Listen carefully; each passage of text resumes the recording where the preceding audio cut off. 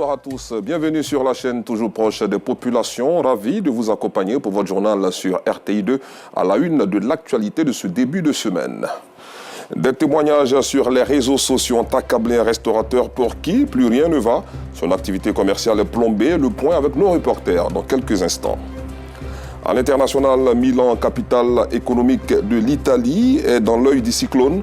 La justice mène une vaste enquête sur l'immobilier, une bombe à retardement financier et politique.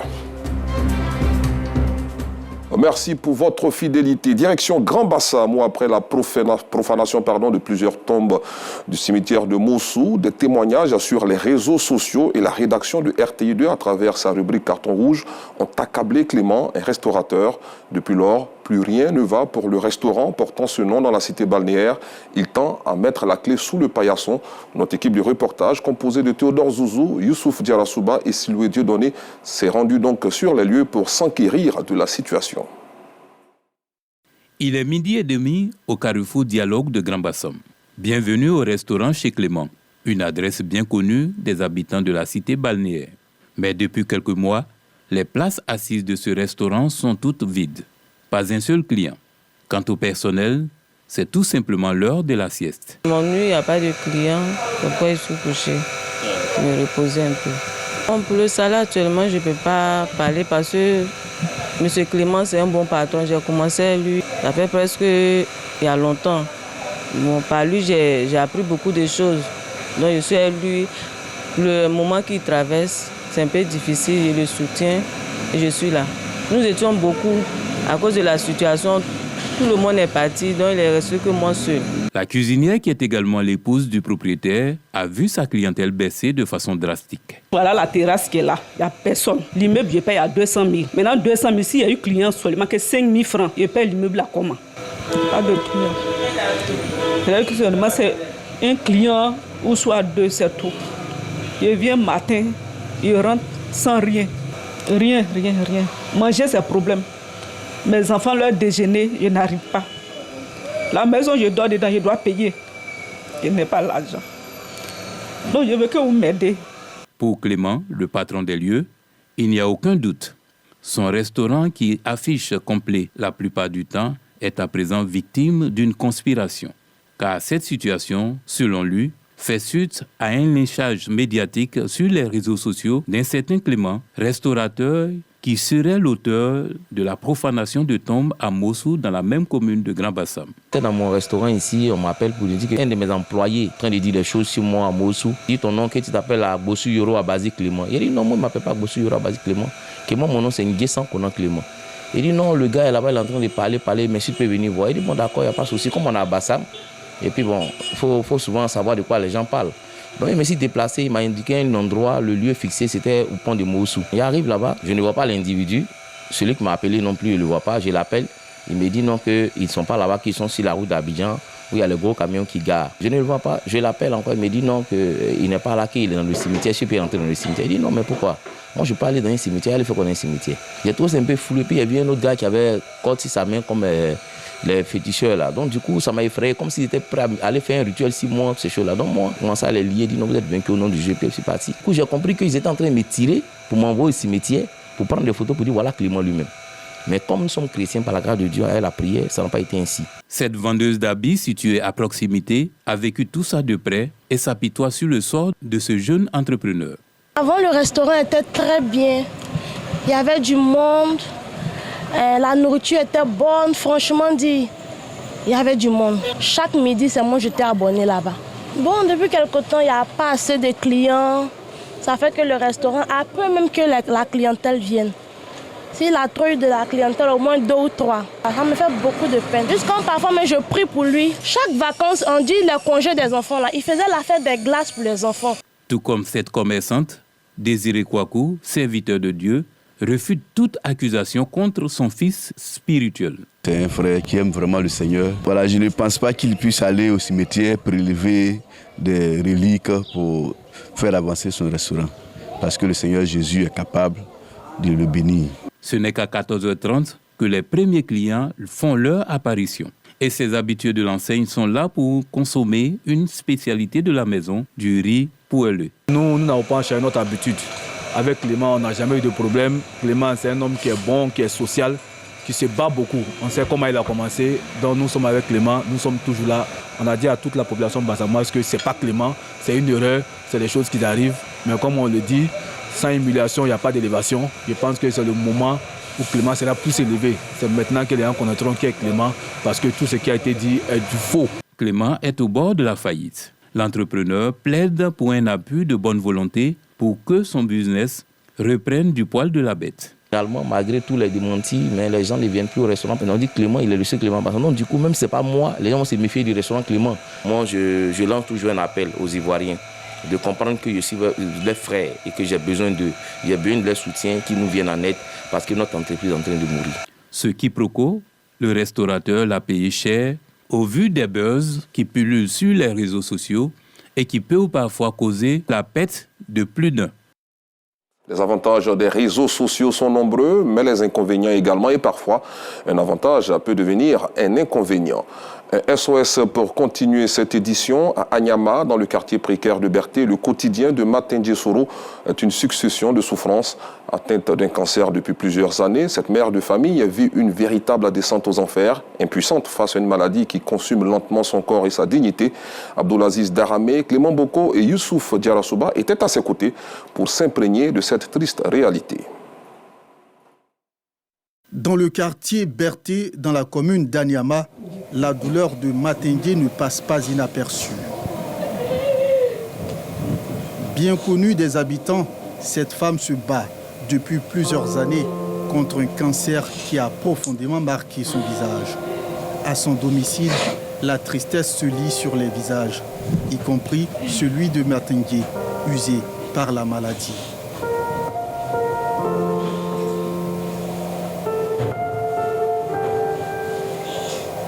Chez ses proches, même constat. Tous assistent impuissants à sa souffrance et à sa peine. Au début, je ne savais pas même que c'était petit comme ça. Il va à l'hôpital, des hôpitaux même, d'hématologues. Donc quand ils prescrivent les médicaments, j'achète. Les pommades, j'achète. Mais quand j'applique, rien. Les images sont bouleversantes. Boire de l'eau, se nourrir ou simplement dormir relève aujourd'hui du défi pour Matindje. C'est une véritable épreuve que traverse cette mère de famille. Elle souffre. Elle a les yeux rivés vers là-haut et vers les personnes de bonne volonté. Je demande aide à tout le monde entier, surtout l'État ivoirien, gouvernement ivoirien, Maman Dominique Ouattara, tout le monde entier. Je vous demande pardon de m'aider. Je suis malade, j'ai mal tellement, je ne dors pas la nuit, je ne dors pas matin, je ne dors même pas. J'ai cancer de peau. Il demande 27 millions de faire opération. Je n'ai rien. Je demande tout le monde entier de m'aider. Ces enfants, confrontés à la dure réalité, peinent à supporter les frais médicaux toujours plus lourds. Ils lancent un appel. Ça fait 2 ans, maman souffre énormément. Bon, la maladie n'était pas trop grave, mais au fil des temps, on voit que ça s'aggrave seulement, quoi. Souvent, elle n'arrive plus à dormir. À chaque fois que je viens la voir, elle pleure. On va à l'hôpital, il n'y a pas de suite. On dit on va revenir après. Donc, nous, on ne sait pas comment faire. Des tentatives de soutien ont été entreprises, mais elles restent largement insuffisantes face à l'ampleur des besoins.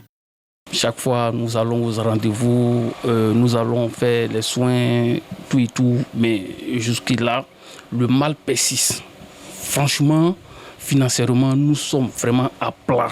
Très à plat. Donc, on n'a plus vraiment de moyens financiers. Donc, voilà pourquoi aujourd'hui, nous nous mettons vraiment devant les caméras. Demander de l'aide au gouvernement, à l'État ivoirien.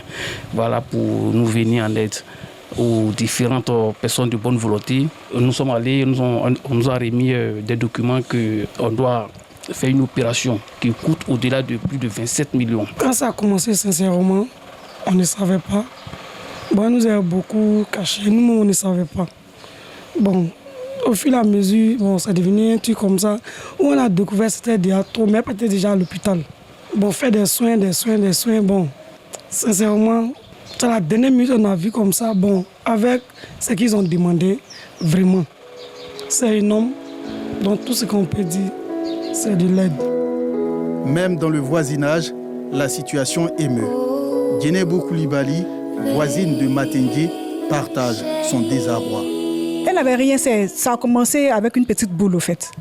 Et puis on a vu un coup comme ça, elle ne sort plus. Moi, j'ai eu à lui demander, il dit, mais ça fait un moment que je ne te vois pas. Donc, quand elle m'a montré le visage, vraiment, ça m'a glacé. Donc, on a vraiment besoin d'aide. Si les personnes de bonne volonté peuvent venir l'aider, ça va nous faire plaisir. C'est un appel pressant, un SOS lancé aux autorités, aux ONG et à toutes les âmes généreuses. Objectif, redonner une chance à Matengue de recouvrer la santé et la dignité en tant que semblable, en tant que mère, en tant que femme. You showed me love when I wasn't feeling it. You helped me fight when I was giving in. Ouvrons la page internationale de ce journal en RDC où après la déclaration de principe signée à Doha samedi dernier entre le gouvernement congolais et le groupe armé AFC M23, chaque camp avance sa propre lecture de certains passages du document. L'un des points les plus sensibles concerne la restauration de l'autorité de l'État. Le principe est acquis mais pas l'interprétation. D'intenses discussions sont attendues afin de déboucher sur un accord de paix.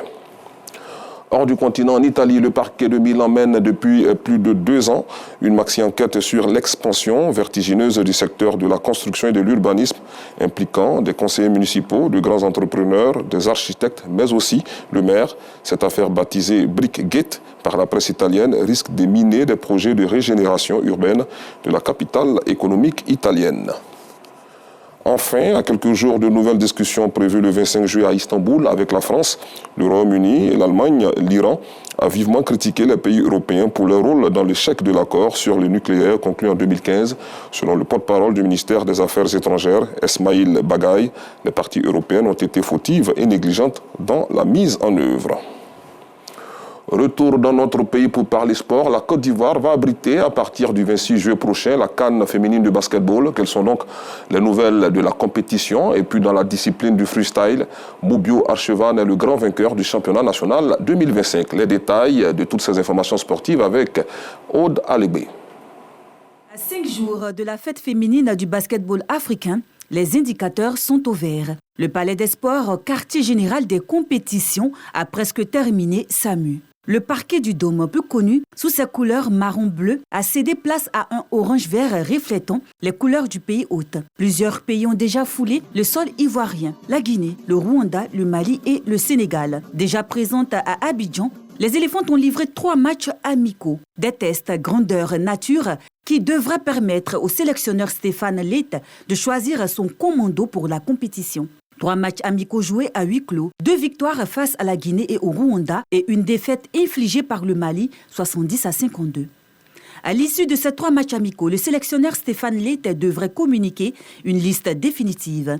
Sur cette base, les éléphantes auront un dernier match amical cette semaine. La capitaine Kariata Diaby, très attendue par le public africain, est consciente du job à faire. Un objectif de gagne rappelé par toutes les autorités qui se relaient à l'hôtel et aux entraînements des éléphantes. À l'image du Premier ministre ivoirien galvanisant les troupes. Dans une autre séquence et ambiance, la ministre de la Culture et la marraine des éléphantes, la directrice du fonds d'entretien routier donnant des consignes à leur tour. Dans 5 jours, les éléphantes entreront en scène face à leurs premiers adversaires de la compétition, les pharaons d'Égypte. La grande finale de la 7e édition du championnat de Côte d'Ivoire de freestyle football dénommé Footstyle League s'est déroulé à l'Agora de Koumassi. Cet événement placé sous le haut patronage de Kati Touré Kodo a rassemblé les meilleurs talents issus des phases qualitatives organisées à Korogo, Bouaké, Daloa, Yamoussoukro, Yopougon et Koumassi. Chez les aspirants freestylers notés sur 50 points, Berna Efi des Diambars de Koumassi a convaincu le jury et enlève la palme d'or avec 42 points. Quand chez les étoiles notés sur 80 points, Fabrice Aziz Doulouro Soro de Mash Freestyle s'installe sur la première marche du podium avec 72 points. Chez les Titans, notés sur 120 points, il y a eu une rude bataille entre Mobio Kevin alias Archvan et Gengane Lamine dit le chasseur de primes. Au décompte des points, Archvan s'impose avec une différence de 3 petits points, soit 112 points. Placé sous le signe de la sensibilisation à l'environnement durable, la culture et le sport, la finale a été ponctuée d'un moment artistique fort. Comme tous les lundis à pareille heure, eh bien, nous décryptons l'actualité sportive. Jean-Sylvain Rissot, bonsoir. Bonsoir Guy Michel. Comment allez-vous? Je vais bien. Alors, CAN féminine de basketball, quels sont les défis de la Côte d'Ivoire dans cette compétition? Écoutez, Guy Michel Ablé, la Côte d'Ivoire doit relever 2 défis. Le premier, c'est celui de l'organisation. Ça implique des infrastructures de qualité. Ça demande également de l'engouement du côté donc, des populations ivoiriennes. Et vous avez vu dans le reportage, les membres du gouvernement sont allés même s'imprégner des réalités de l'évolution des travaux du côté donc, du Palais des Sports de Tréville. C'est dit combien de fois c'était un rendez-vous important pour le gouvernement ivoirien, mais également pour toute la Côte d'Ivoire, parce qu'on l'a dit, c'est le 2e rendez-vous le plus important en termes d'organisation d'une compétition africaine après la Coupe d'Afrique des Nations. On espère tout simplement qu'on aura la même réussite et que la Côte d'Ivoire et que les Ivoiriens vont démontrer encore au reste du monde que la Côte d'Ivoire démet donc la terre de l'hospitalité. Le deuxième défi, c'est celui donc du résultat sur le terrain. C'est la première fois que la Côte d'Ivoire organise donc la CAN féminine de basketball à domicile. Les éléphants n'ont jamais terminé sur le podium et donc le comité d'organisation est en train de s'atteler. Le président de la fédération l'a dit, son grand rêve, c'est de permettre cette fois-ci à la Côte d'Ivoire de terminer dans le top 3. On espère tout simplement que la capitaine et ses coéquipiers, autrement le groupe donc, de Stéphane Leit, sera suffisamment armé pour aller chercher, pourquoi pas, l'une des 3 places du podium. On espère tout simplement que ça va passer par un très bon résultat d'entrée de jeu face à cette équipe de l'Égypte qui a aussi des arguments intéressants à suivre dans cette CAN. Bonne chance donc à nos représentants. On va parler à présent en freestyle, qui est Mobio Archvan. Écoutez, c'est un jeune qui a d'abord pratiqué le football, mais qui a compris qu'il a une possibilité de briller dans une autre discipline. Il a été inspiré par un certain Titi Koné, qui est l'une des valeurs au niveau donc, du freestyle, qui a même représenté la Côte d'Ivoire au championnat d'Afrique, en Coupe du Monde également, mais sans oublier un certain Calcio Ignace et surtout le président de la fédération qui fait fort en ce moment du côté donc, de cette discipline. Eh bien, Mobio Archvan, c'est celui-là même qui, depuis 4 saisons, est intouchable au niveau donc, du football freestyle parce qu'il s'est aligné les figures de style, il s'est aligné donc tout ce qu'on a, on a besoin pour véritablement rayonner dans cette discipline. Mobio Archvan, il a démarré le football freestyle en 2013 et aujourd'hui c'est l'une donc des forces au niveau donc de cette discipline. On attend maintenant de le voir du côté donc du championnat du monde qui est prévu donc du 23 au 30 août en Angleterre. On lui souhaite tout simplement bonne chance et puis on n'oublie pas également de saluer les efforts du président de la fédération qui en si peu de temps a réussi donc à rassembler, à dénicher, à détecter, à fouiner dans 5 grandes villes de la Côte d'Ivoire, dont la ville donc de Korogo, les meilleurs pratiquants de football freestyle. On va parler à présent des villes qui ont abrité le championnat de freestyle cette saison. Oui. 5 villes au total. Il y a d'abord le nord de la Côte d'Ivoire, Korogo, ensuite la capitale du Bec, Bouaké, un tour donc à l'ouest, à Daloa, ensuite Abidjan et puis la grande finale s'est déroulée donc il y a quelques jours ici au bord de la lagune Ébrié. Donc dans ces 5 villes-là, Guy Michel, on a eu le même engouement, la même passion. Le président a donné la chance à ces férus de cette discipline, à devenir contempler, devenir détecter de nouvelles, de nouvelles valeurs ou de nouveaux talents du côté de cette discipline-là. Rien n'a changé, la passion a été la même.